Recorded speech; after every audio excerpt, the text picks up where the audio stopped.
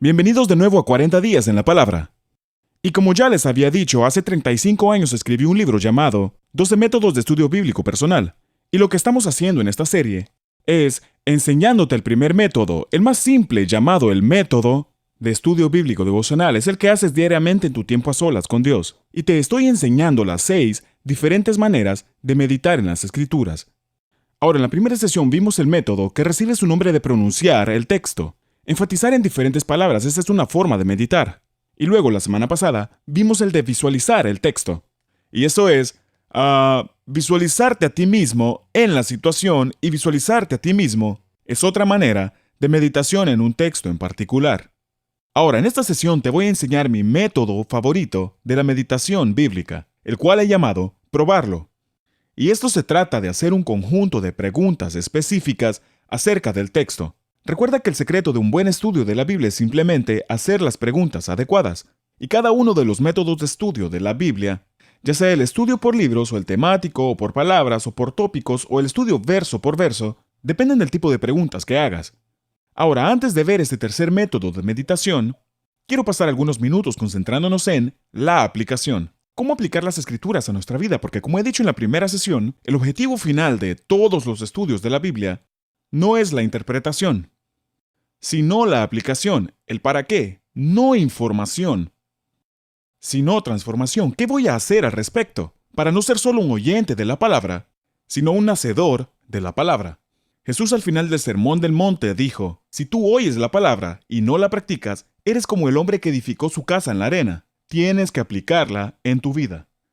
Ahora, Dios nos dice que la Biblia no fue destinada solo para llenar nuestras cabezas con el conocimiento, sino para transformarnos y para hacernos más como Cristo. Juan 17:17 dice, santifícalos en tu verdad, tu palabra es verdad. Somos santificados en la palabra de Dios. ¿Sabías que estudiar la palabra de Dios es en realidad peligroso? Si tú no la aplicas a tu vida. Déjame darte 3 razones. Primero, estudiar la Biblia sin aplicación es peligroso porque el conocimiento produce orgullo.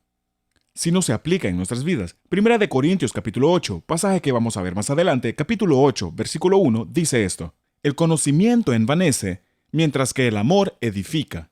Tú has visto personas así, sus mentes están llenas del conocimiento de la Biblia, pero no dejan que entre en su corazón. Y pueden ser los más cascarrabias, malvados, malintencionados, malgeniados, criticones, los que juzgan a las personas en tu iglesia.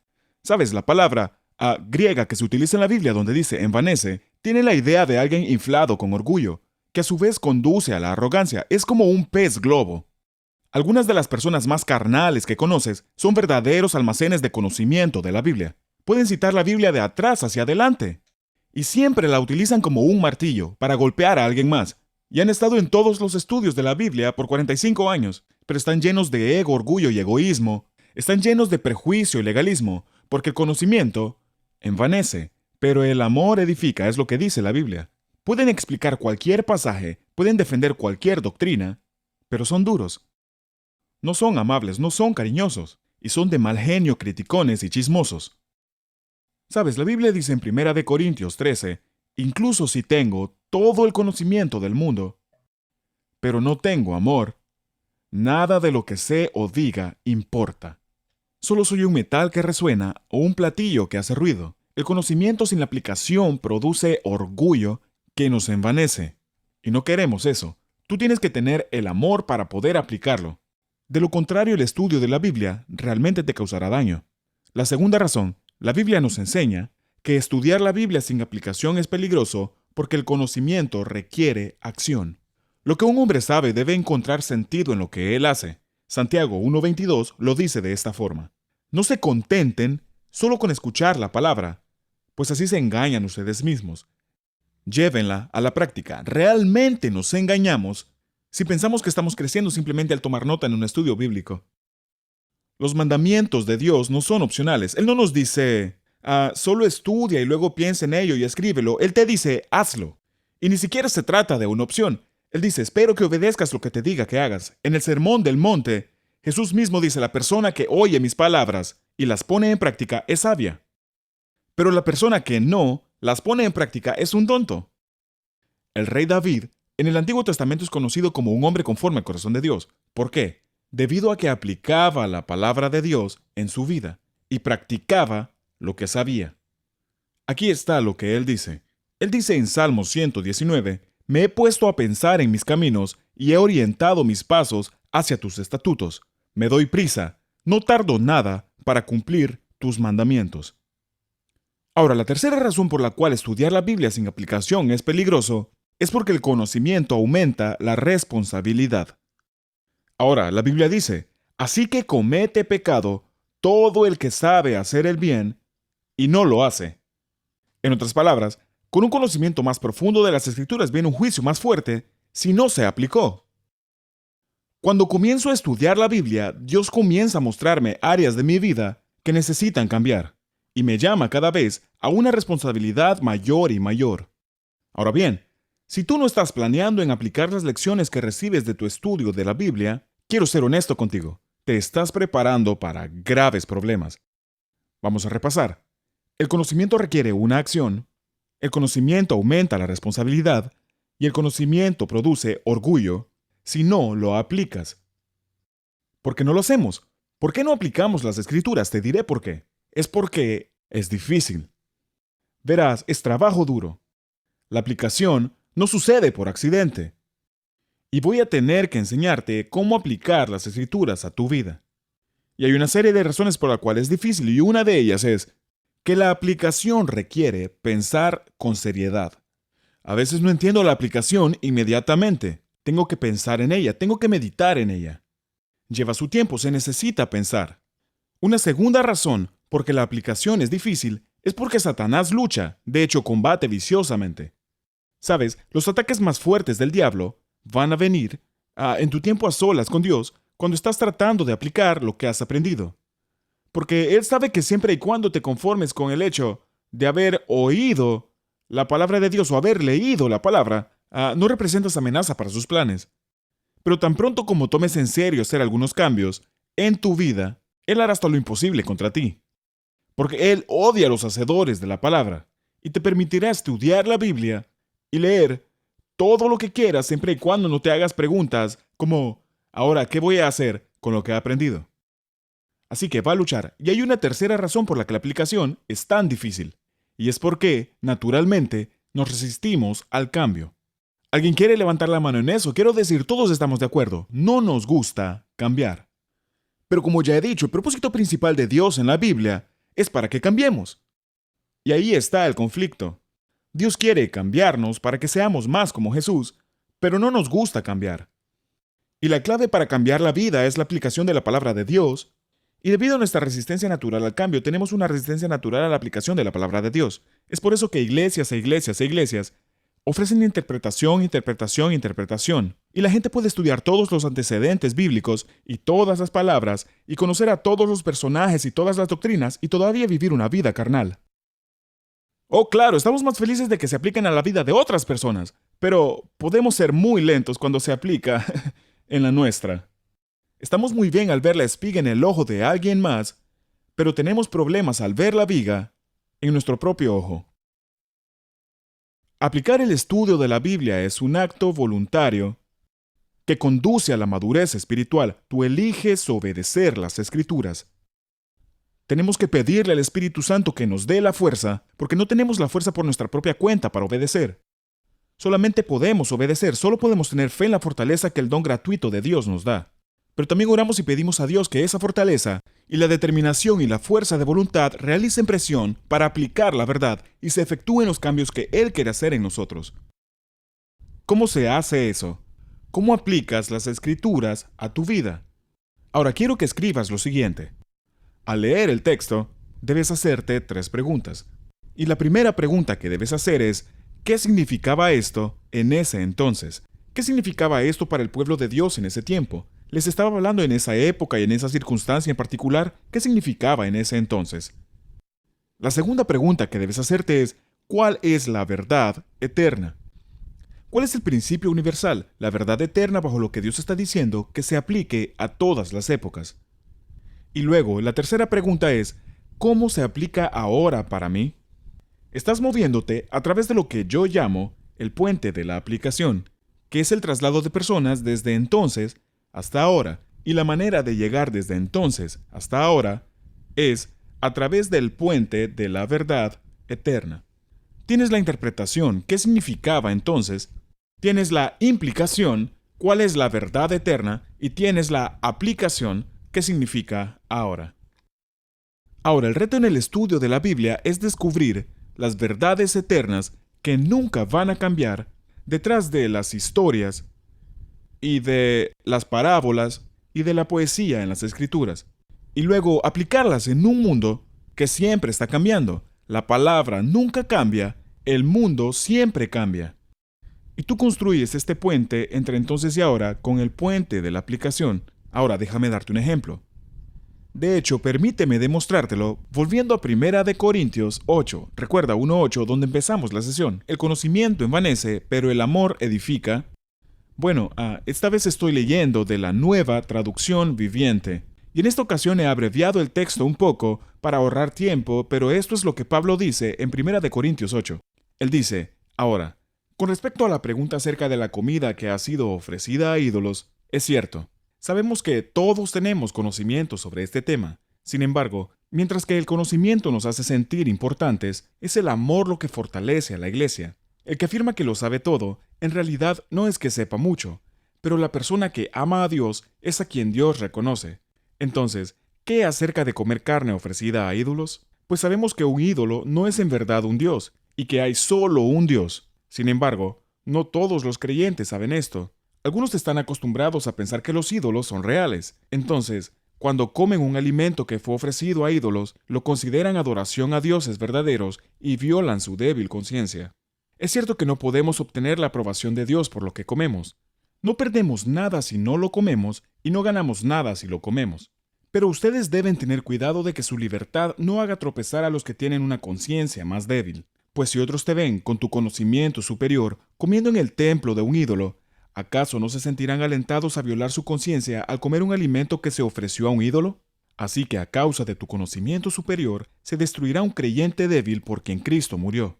Cuando ustedes pecan contra otros creyentes al alentarlos a que hagan algo que para ellos está mal, pecan contra Cristo. Por lo tanto, si lo que como hace que otro creyente peque, nunca más comeré carne mientras viva, porque no quiero hacer que otro creyente tropiece.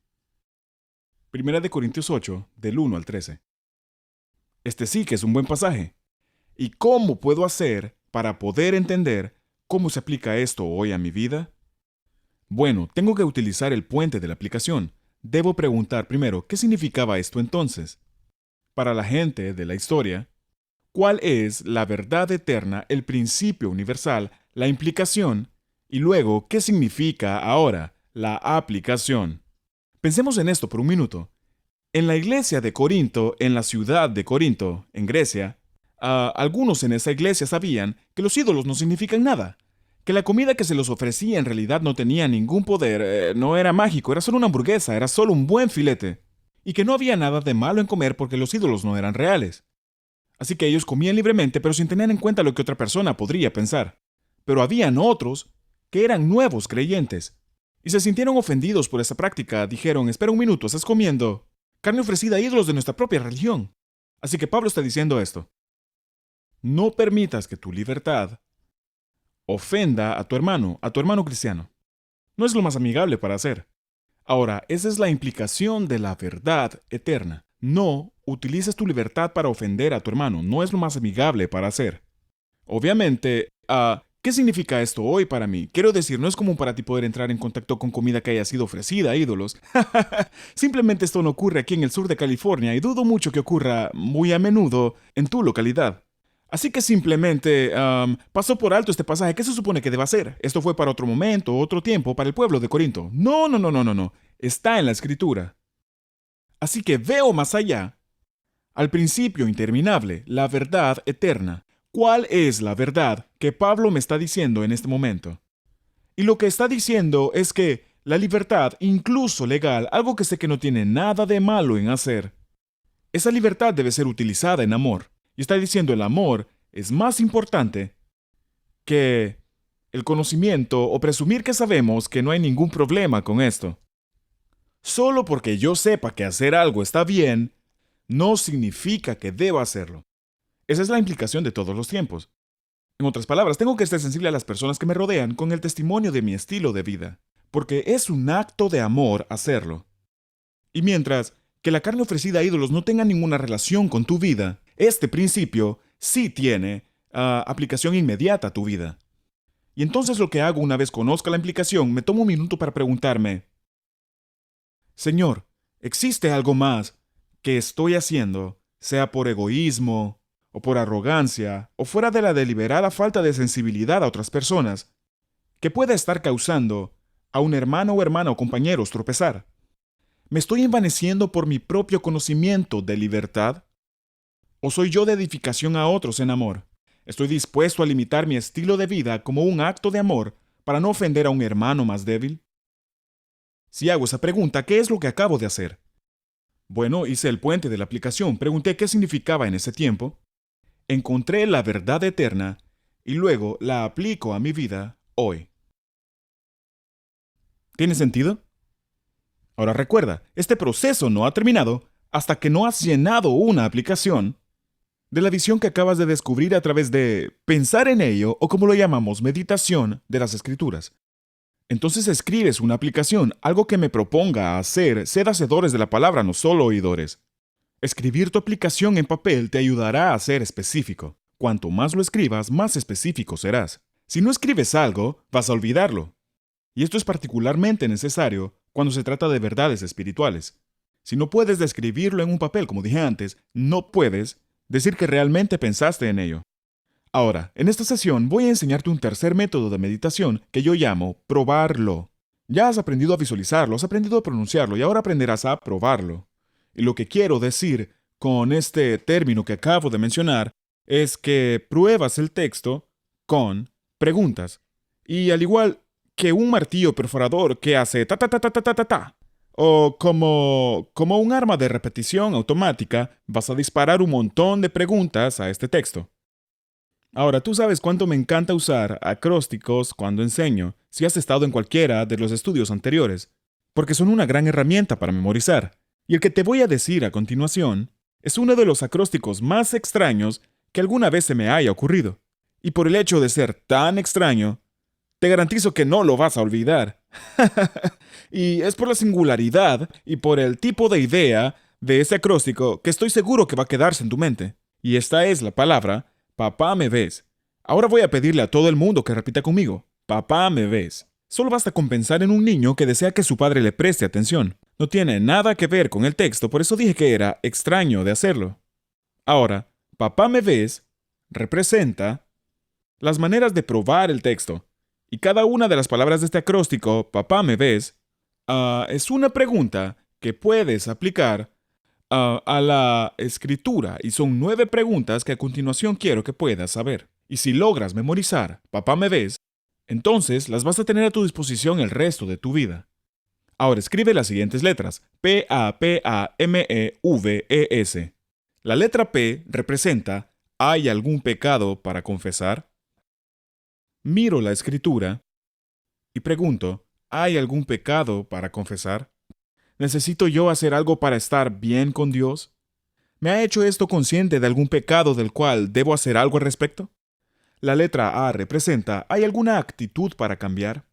Siempre puedo encontrar en la Biblia alguna actitud que necesito cambiar. Algo de lo que tengo que pensar diferente, sentir diferente o actuar diferente. Estoy dispuesto a trabajar en una actitud negativa, preocupación, culpa, miedo, soledad, amargura, ego, orgullo, ya sabes, la apatía. ¿Hay algún pecado para confesar? ¿Hay alguna actitud para cambiar? La letra P representa ¿hay alguna promesa para reclamar? Sabes, hay más de 7,000 promesas en la Biblia. Y tú te preguntas, ¿es esta una promesa universal que Dios ha dado a todo el mundo? He cumplido las condiciones para esa promesa de Dios. Recuerda que toda promesa tiene una premisa. Y Dios dice, si tú haces esto, yo hago esto otro. Y si tú haces aquello, yo hago aquello otro. Hay una premisa para cada promesa. Entonces, hay un pecado para confesar, una actitud para cambiar, o una promesa para reclamar en este versículo. La segunda letra A representa, ¿hay algo para alabar a Dios? Siempre quiero encontrar algo en mi estudio bíblico de lo que pueda agradecer a Dios. Tú siempre puedes encontrar algo en un pasaje para agradecerle y alabar a Dios. Tal vez algo que ha hecho por ti, algo de lo que te ha protegido, puede también ser algo o alguien que Él ha traído a tu vida. Siempre puedes encontrar algo en el texto para estar agradecido. La letra M en Papá Me Ves representa: ¿hay algún mandamiento para obedecer? A lo largo de las Escrituras tenemos mandamientos de Dios. Los 10 mandamientos son obviamente aquellos, pero tenemos muchos otros mandamientos en las Escrituras, donde Dios nos dice: quiero que hagas esto, y si lo haces, te voy a bendecir. Y tengo que hacerme la pregunta: ¿hay algún mandamiento para obedecer, sin importar cómo me sienta? La letra E representa: ¿hay algún error para evitar? En otras palabras, ¿hay algo de lo que debo estar alerta o tener cuidado? ¿Sabes? Siempre me dicen que es sabio aprender de la experiencia, pero es más sabio aprender de la experiencia de los demás, porque no tengo suficiente tiempo en la vida para cometer todos los errores. Y si puedo aprender de los errores de otros, me ahorro mucho tiempo, esfuerzo y dolor. ¿Hay algún error para evitar? La letra V es verdad. ¿Hay alguna verdad para creer? Muchas veces en la Biblia hay cosas de las cuales no puedo hacer nada al respecto, solo tengo que creerlas. Entonces te preguntas: ¿qué es lo que tengo que creer aquí? ¿Una verdad acerca de Dios el Padre? ¿O una verdad acerca de Jesús? ¿Acerca del Espíritu Santo? ¿Acerca del futuro? ¿Acerca del pasado? ¿O una verdad acerca de mí? ¿Una verdad acerca del cielo o del infierno? ¿O de cualquier otra enseñanza? Hay algo acerca del carácter de Dios, de su propósito, algo que yo no había visto antes, una verdad para creer. La letra E representa ejemplo. ¿Hay algún ejemplo a seguir? Y al leer las Escrituras me pregunto: ¿hay algún ejemplo positivo en esta historia que tengo que seguir? ¿O existe algún ejemplo negativo en esta que tengo que evitar? En otras palabras, ¿qué puedo aprender de la vida y las acciones de esta persona de quien acabo de leer? Si leo sobre Sansón, hay algunas cosas que debo hacer y otras que no debo hacer. Si leo sobre David, debo hacer unas cosas, pero no otras. Y finalmente, la letra S, que representa súplica. ¿Hay alguna súplica para orar? ¿Sabías que hay muchas oraciones en la Biblia? Y están todas escritas. Pablo ora, David ora, Salomón ora, Elías, Isaías también ora. ¿Sabías tú que puedes suplicar estas oraciones y van a ser respondidas porque están bajo la voluntad de Dios en la Biblia?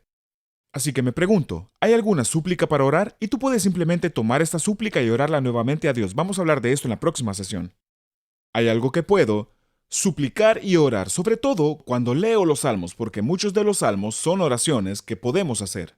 Ahora, esto es Papá Me Ves. Vamos a decirlo en voz alta con rapidez, ¿está bien? Puedes ver tus notas. Vamos a decirlo juntos. P. ¿Hay algún pecado para confesar? A. ¿Hay alguna actitud que cambiar? P. ¿Hay alguna promesa para... ¿qué? Reclamar. A. ¿Hay algo para alabar a Dios? M. ¿Hay un mandamiento para obedecer?